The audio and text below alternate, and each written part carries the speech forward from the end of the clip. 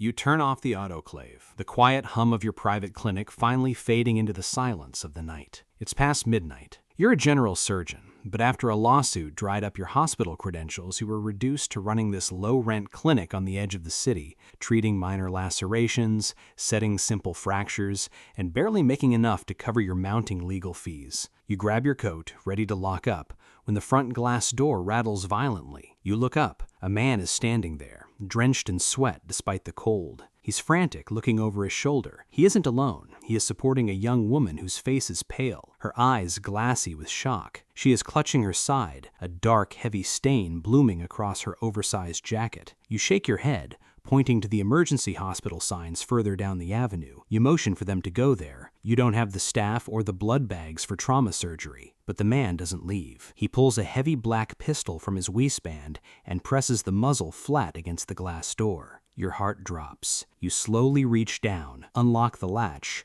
and push the door open. They stumble inside, bringing the smell of rain, exhaust fumes, and copper metallic blood into your clean lobby. The man locks the door behind them and points the gun at your chest. "Fix her," he rasps. "No hospitals, no questions." You help the woman onto your examination table. When you cut away her wet jacket, your breath catches. It's a deep, jagged puncture wound near her liver. She is cold to the touch, shivering violently, her eyes darting around the room in absolute terror. You look at her wrists and see raw, dark purple bruises, the unmistakable marks of restraints. You look at the gunman. She needs an ICU. She's losing too much blood. I don't have a donor match. "Use what you have," he snaps, his hand tightening on the grip. "If she dies, you don't leave this room." You have no choice. You administer a heavy sedative to put her under, praying her compromised blood pressure can handle the anesthetic. Your hands shake as you prep the field. You don't have a team, so you have to act as your own assistant, monitoring her vitals while trying to locate the source of the bleeding. For 2 agonizing hours, you work under the dull hum of your clinic lights. You clamp the ruptured vessel, clean the internal trauma, and sew the fascia closed with meticulous, steady stitches. By the time you tie the final knot, the rain outside has stopped. The woman's vitals have stabilized. She is breathing shallowly, but she is alive. The gunman steps forward, looks at the monitor, and nods. He reaches into his coat, pulls out a thick, plastic-wrapped brick of $100 bills, and drops it on the counter. "Keep her here until tomorrow night. We'll be back for her. Keep your mouth shut, and there's more where that came from." They leave her in your recovery room. When you finally count the money, it's $15,000, more than you make in 3 months of legitimate practice. You know what this is. You aren't naive. The bruises on her wrists, her lack of identification, the raw terror in her eyes before she went under. She is a victim of a human trafficking ring. You should call the police. You should report the plates of the car that picked her up the next night. But then you look at the foreclosure notice sitting on your desk. You think about your medical license fees, your debt, and the realization that the police in this district are often paid to look the other way anyway. If you call them, the syndicate will know it was you, and people who talk to the police don't survive long in this part of town. So you clean up the blood. You hide the money in the crawl space beneath the floorboards. 3 weeks later, the phone rings at 3 a.m. "We have another one," a voice says. "Same address, double the pay." You don't hang up. You give them the green light. The second patient is a young woman from Eastern Europe, barely 20, suffering from severe pneumonia and a badly set broken collarbone. She speaks no English, but her eyes plead with you as you administer the antibiotics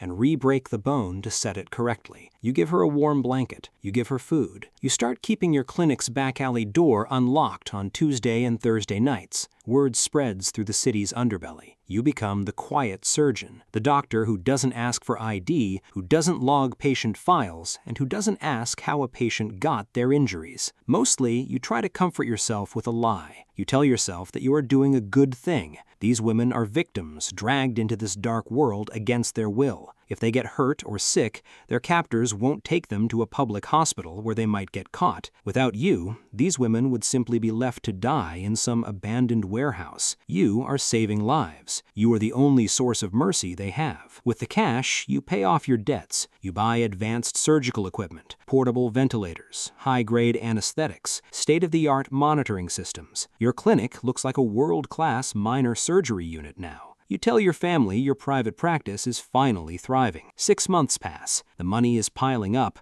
but the guilt is a heavy, suffocating weight. You see the faces of those women in your dreams. You were keeping them healthy enough to remain trapped in their nightmare, and you were getting rich off their suffering. You tell yourself you'll stop next month. Just one more month to secure your savings, and you'll walk away. That is your biggest mistake. It's a chilly Tuesday night. You just finished treating a young woman for a severe laceration. You walk her to the back door, watch her get ushered into a waiting sedan, and lock the deadbolt. You walk to your car in the alley. Before you can reach for your keys, 2 large men step out of the shadows. A heady canvas bag is shoved over your head. Zip ties bite into your wrists. You are thrown into the back of a moving vehicle. The drive is silent and short. When they drag you out, you smell the sterile scent of isopropyl alcohol and high-end air filtration. They cut the ties and pull the bag off your face. You are standing in a massive, hidden medical facility. Through a clean glass wall, you see a state-of-the-art operating theater. On the table lies a man, surrounded by high-tech life support systems. A man in an immaculate, tailored suit steps up to you. You've done excellent work for our associates, doctor, but tonight we need your specific expertise. Our primary organizer was wounded in a turf dispute, internal bleeding, shrapnel near the spine. You look at the man on the table. You recognize his face from the news. He is the architect of the region's largest smuggling and trafficking network, the man responsible for the misery of every single patient you have treated over the last 6 months. I can't do this, you whisper, stepping back. I'm a general surgeon, not a neurosurgeon. If I touch that spine, I could paralyze him, or worse. The man in the suit smiles,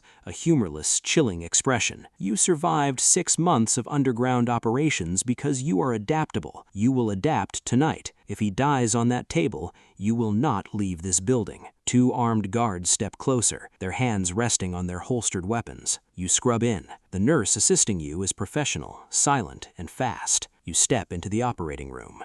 As you look down at the man who has ruined countless lives, a dark thought crosses your mind. You have the scalpel. One slight slip of your hand, a nick to the carotid or a deeper slice into the hepatic vein, and his empire of misery would lose its leader. You could end it. You could call it a tragic surgical complication. But then you look up. Through the glass, the man in the suit is watching you. His eyes are steady, knowing. He knows exactly what you are thinking. He tilts his head slightly toward a monitor on the wall. The screen flickers, showing a live feed. It's your apartment. Your family is asleep, completely unaware of the shadow parked outside their building. The threat is silent but absolute. Your hands stop shaking. The cold reality washes over you. You begin the surgery. For 3 hours, you fight for the life of a monster. You repair the damaged arteries, carefully extract the metal fragments, and stabilize his vitals. Your back aches, sweat pours down your neck,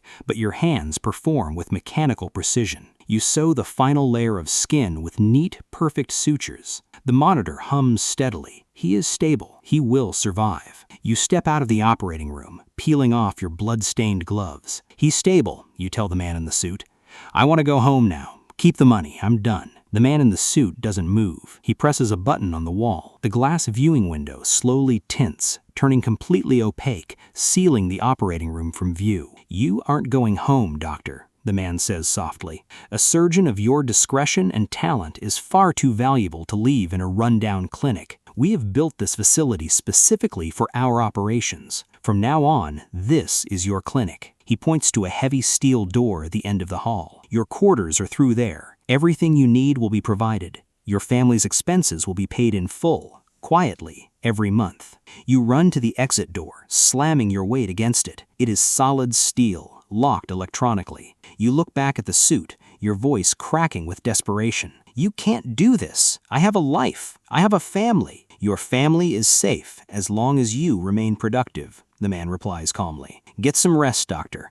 We have a new shipment arriving tomorrow night, and several of them will require your attention. The lights in the hallway dim, leaving you in the cold, sterile silence of your new cage. You look at your hands. The same hands you once used to heal now belong entirely to the syndicate. You thought you were saving lives, but you were only building your own prison, one stitch at a time.